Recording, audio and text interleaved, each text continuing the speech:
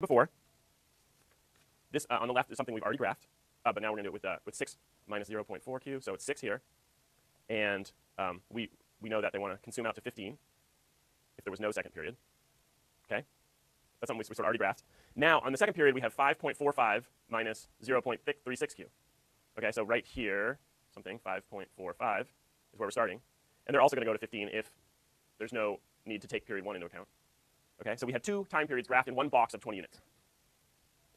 If you could just consume all that you wanted in period 1, you would get to here, which would only leave 5 units for period 2. Right? And in the way that we did this for the marginal cost of abatement between sectors, this leads to a loss triangle in here. So what we got to think about are different ways to motivate. We consumed too much in period 1. We consumed all that we wanted in period 1. We got 15 units. We only left 5 units to be consumed in period 2. And in period 2, we're consuming too little. We have a loss triangle because our demand curve would put us up here. Whereas we consumed down to this really low demand curve down here. In period 2, we're valuing it up much higher. And there's some point that's equal between the 2 periods that would have been the efficient point.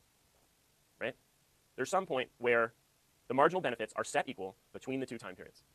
And we're not at that point, so we're going to have a loss triangle. We're not being at that point. I would try and motivate it with just something like, say you had your roommates and you're in your apartment, and there was only so much. What did we want to consume? What's our example? Okay, milk, Cheerios, beer, pizza, whatever it is. Say there's one roommate, and he's like, I'm going to eat it all now, tonight. And the other roommate's like, well, I'd rather save some for tomorrow night. And you get to the next night, and it's all gone because the first roommate ate it all. And the next roommate gets up, and he's like, well, there's not enough for me now. So we're at a loss because the second roommate isn't at the point where their marginal benefits are equal. Sorry, that was a weak example. But generally the idea is we want to set our consumption across time periods equal as it's discounted. We don't want to have jumps in our consumption between the time periods. So I'm just going to run through the math.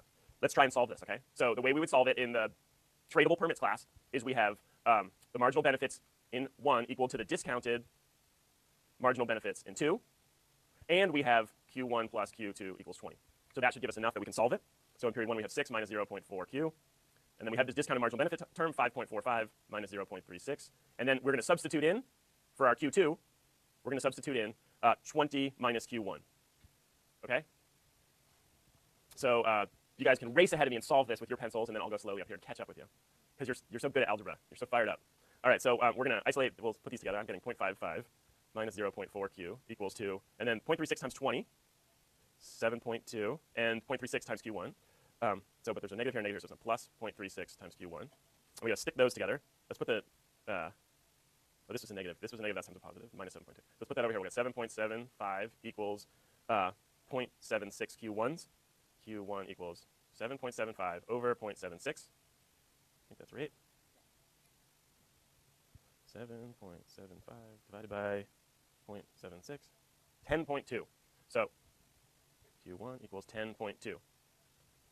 So we're going to consume just more than 10, 10.2. So I did this a little bit wrong. They shouldn't be crossing here. They should be crossing it just here. 10.2 on the top. What's that going to make Q2? 9.8. Q2 is going to be 9.8. So we're going this way. It's 9.8 down here. Going this way. 10.2 going this way. And then we have this price. We have this dotted line that we're finding, right? And that's sort of like price marginal. It's a marginal cost, basically. I'll tease it out. It's the marginal user cost. Okay, so this price in period 1 equals 6 minus 0.4 times 10.2. So we are 0.4 times 10.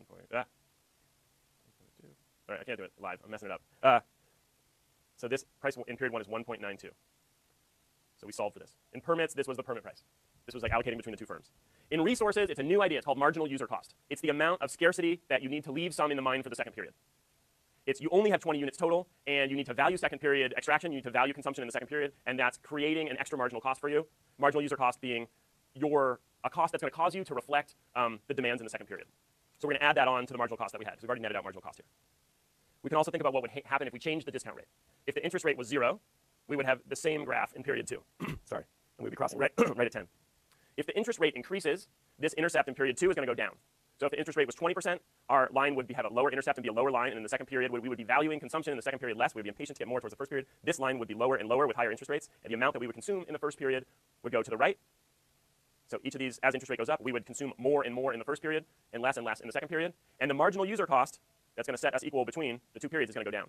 So as the interest rate goes up, the marginal user cost is going down. If the interest rate is 0 and we equally value consumption in the 2 time periods, it's the highest of the marginal user cost. The higher the interest rate is, the lower and lower that we're valuing the second period, the lower and lower we're going to take extra costs into account to value the scarcity in the second period. So we also call it the scarcity cost, the cost of scarcity. Marginal user cost has a definition. It's the present value of your future opportunities. It's a way to think about that the use in period 1 is going to affect the use in period 2.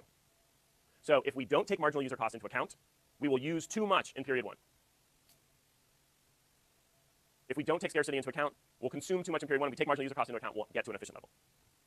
This is just, again, that question on a cleaner graph where if we didn't take period 2 into account and we drank all the milk the night before and the roommate got up to have his Cheerios and he says, wait, there's no milk left. This is all I got. You had too much last night.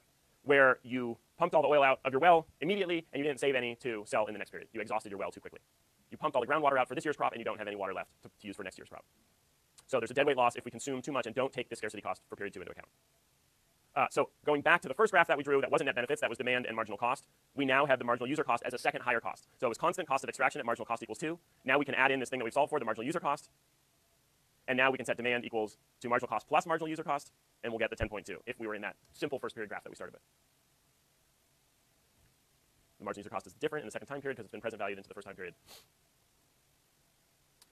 Okay, so there's a few terms, and we'll get these into the next equally complicated model. We have multiple time periods. We have a user cost in each time period that's going to reflect the opportunity cost of extracting and selling in our given time period. We have what's called a rental rate. There's a term that's called rent. That is an older term in resource economics. That rent means a price you can pay on something that's scarce. So we almost exclusively think about rent in real estate and land, but the economists have rental as being anything that's scarce that there's a single owner of. They can control scarcity, and there's going to be some present value of them controlling scarcity into the future. Right? They know the pathway of how they're going to control a scarce thing, and that's going to allow them to have rents. There's going to be a price path. So there's going to be a graph that has time and prices in it. And it's going to have a particular shape, right? We're going to know when we solve our models what the path of price is going to be through time. Price and time are going to be interrelated. Choke price is this idea. At some point, the price is going to get so high, people are going to switch out into something else. Right? At some point, we're going to run out of redwood and we're going to use walnut. At some point, we're going to run out of oil, hopefully, and use something else.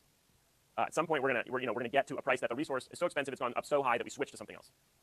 It used to be that the price of domestically produced oil had gone so high that we were importing all our oil. We now have new ways to produce oil domestically so that we're producing it again. But we had previously gotten to choke price where we had done away with sort of domestic oil production. The choke price is sort of related to this idea. There's some backstop. There's some other thing that we could use. In resources, there's another resource that we could switch to. There's another area that we could mine, or there's some other resource that we could use entirely. So the choke price is the highest price you get to before you switch to your other technology. You switch to this backstop technology, you stop using this resource, and you use another resource. So there's some other technology that will come into play when prices are high enough that you can switch out into. So in petroleum, a lot of times it's like, okay, so Texas has played out. It's time to go to Alaska. What I keep wanting to motivate in this class, thinking about climate change and carbon, is when will we get to renewable and cleaner and lower carbon sources of electricity? Right now, we have super low cost natural gas and coal electricity. But at some point, we can increase the prices of those either through carbon taxes or through the resource scarcity that will come anyways. And can we switch into renewables? Can we switch into solar? When the price goes high enough on fossil fuels, we get to a choke price, we switch to the backstop technology of renewable electricity. One thing that most of the models that we'll do today are a constant marginal cost of extraction, but you could also say, certainly with oil, an increasing marginal cost of extraction. The further away the oil is, the deeper we have to go, the cost of extraction are going to go up and up. And I can talk about this a little bit at the end when I talk about this idea of peak oil. But the models that we start with are constant marginal cost of extraction, but realistically, when you're digging a mine, you get further and further into the mine, it's harder and harder to get the good stuff out. So there is a model we're going to go to next, Hotelling rule for resource extraction. Hotelling was somebody who did a whole bunch of different models, and he was somebody who was between math and statistics. Stanford, Columbia, UNC. One thing we've already seen from Hotelling is this idea of the travel cost. He really early, before there was environmental economics, he had this idea of what if you went to national parks and looked at the different license plates, wouldn't that already give you a study of how far people have come from and give you an imputed demand curve? He sort of just thought this up in a letter. It's in the textbook. There's another thing called Hotelling's law, which affects all different parts of economics, this idea about product differentiation. Early on, it was motivated by where does the vendor set up at the beach? So they go to the beach. There's people evenly distributed linearly sitting down their blankets on the beach. It would be most efficient if the person selling popsicles was equally in each side of the beach. But what happens is people still linearly distributed exactly the same. This guy can just move his cart a little bit closer to the middle of the beach. All these people are captive. They're still going to go to his cart and get his popsicles, and he's going to be able to just steal a little share from this guy the closer he moves this way. So what we have in the end is that they both end up putting their popsicle carts back to back next to them because all these people are captive this way, and all these people are captive this way. This is just a simple idea, a linear example of where to sell something at a beach, but it affects everything in terms of we see that products are all the same. Okay, we see that Coke equals Pepsi. Right? You go into the fridge and all of the sodas are exactly the same. Every single soda is exactly matched. A new thing comes on. It's like iced tea in the 80s or whatever it is. They all make exactly the same things. Now it's like coconut water, like was last year, right? So Coke and Pepsi each have like the same coconut water in the same fridge. Maybe like 5 or 6 years ago it was smoothies, and one bought Walla and one brought Naked, and then they have all of the same smoothies. There's like the Coke smoothie and the Pepsi smoothie, and they're all the same, right? We have it in the United States really badly in political parties. So they're hunting for the voter in the middle. All of these people, all the people to the right of the Republican Party, they're all just going to belong. And all the people to the left of the Democratic Party, they're all going to belong. So in the middle, the person running for president or the person running the Senate, they end up, the president ends up hunting for this voter right down the middle. So we have it in two-party politics. It affects a whole bunch of different things. That's not resource economics. That's now we're back to Hotelling rule. That's Hotelling's law, I think it's called. Hotelling's law. Hotelling rule. So Hotelling says that the price is going to go up for the resource.